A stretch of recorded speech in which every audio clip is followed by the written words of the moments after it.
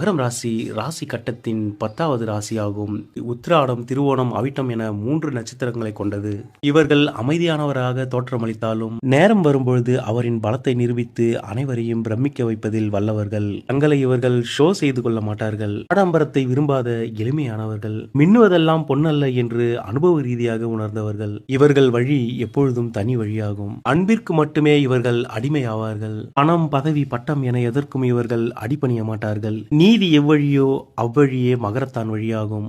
நியாயத்தை யார் சொன்னாலும் ஏற்றுக்கொள்வார்கள். அநியாயத்தை ஆண்டவனே சொன்னாலும் மனசாட்சிக்கு உட்பட்டே நடக்கக்கூடியவர்கள். சோல் சாட்டிஸ்ஃபேக்ஷன் மட்டுமே முக்கியம் என்று நினைப்பவர்கள். இவர்கள் அதிக பிடிவாதக்காரர்கள்.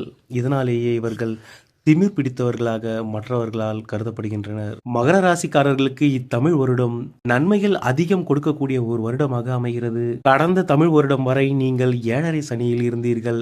சனி பகவான் விலகினாலும் இன்னும் சரியான முன்னேற்றத்தை மகர ராசிக்காரர்கள் அடையவில்லை. தமிழ் வருடம் ஆரம்பித்த முதல் 2 மாதத்திலேயே குரு பகவானானவர் 6ஆம் இடத்திலிருந்து உங்கள் ராசிக்கு 7ஆம் இடமான கடக ராசியில் உச்சமடைகிறார். சனி பகவான் உங்களின் 3ஆம் இடமான தைரிய வீரியஸ்தானத்தில் அமர்ந்து பல நன்மைகளை உங்களுக்கு செய்ய போகிறார். சனி கொடுத்தால் எவர் தடுப்பார்? மற்ற எக்கிரகங்களின் பெயர்ச்சியோ சஞ்சாரமோ உங்களுக்கு சரியில்லை என்றாலும் சனி பகவான் கொடுக்கும் இடத்தில் அமர்ந்து விட்டால் அது மகர ராசிக்காரர்களுக்கு நன்மை பெறும் காலமாகும். தற்பொழுது தைரிய வீரிய ஸ்தானத்தில் அமர்ந்திருக்கும் சனி பகவான் இந்த நன்மைகளை உங்களுக்கு செய்வார். ஜூன் மாதம் 2ஆம் தேதி கடகராசிக்கு பயிற்சியாகும் குரு பகவான் அங்கிருந்து சமசப்தமாக உங்கள் ராசியை பார்வை செய்கிறார். அது மட்டுமல்லாமல் தன் 9ஆம் பார்வையால் உங்கள் ராசிநாதனான சனி பகவானை பார்க்க போகிறார். இதனால் ராசியும் ராசி அதிபதியும் பலம் அடைகின்றனர். இதனாலேயே இந்த ஆண்டு உங்களுக்கு சகல விதத்திலும் நன்மை அளிக்கக்கூடிய ஒரு ஆண்டாக அமைய போகிறது. இது மட்டுமல்லாமல் சர்ப்ப கிரகங்களான ராகு பகவானும் கேது பகவானும் இவ்வருடத்தின் இறுதியில் டிசம்பர் 5ஆம் தேதி பெயர்ச்சியாகின்றனர். ராகு பகவான் கும்ப ராசியிலிருந்து மகர ராசிக்கும், கேது பகவான் சிம்ம ராசியிலிருந்து கடக ராசிக்கும் பயிற்சியாகின்றனர். இங்கு குரு பகவானுடன் சேர்ந்து கேது பகவான் சஞ்சரிக்க போவதால் கேல யோகம் உருவாகிறது. உங்கள் கலஸ்திரஸ்தானத்தில் குரு பகவானுடன் இணையும் கேது பகவானால் உங்களுக்கு நன்மையே ஏற்படும்.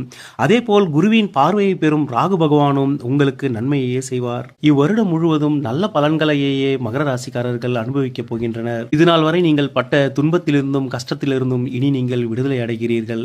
உங்களின் வாழ்க்கை தரம் உயரப்போகிறது. வேலை இல்லாதவர்களுக்கு வேலை கிடைக்கும். தொழில் மற்றும் வியாபாரத்தில் சரிவுகளை சந்தித்தவர்கள் இனி வெற்றியை காண்பீர்கள். நல்ல லாபம் கிடைக்கும்.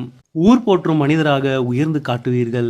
இந்த கிரக சஞ்சாரங்கள் இதனை நிகழ்த்தி காட்டும். நீண்ட நாட்களாக திருமணத்திற்காக வரன் பார்த்து கொண்டிருந்த மகர ராசிக்காரர்களுக்கு இந்த காலகட்டத்தில் திருமணம் நடைபெறும். அதே போல் குரு பகவானின் 5ஆம் பார்வை உங்கள் லாபஸ்தானத்தில் விழப்போவதால் அனைத்து விஷயங்களிலும் லாபத்தை பெறுவீர்கள்.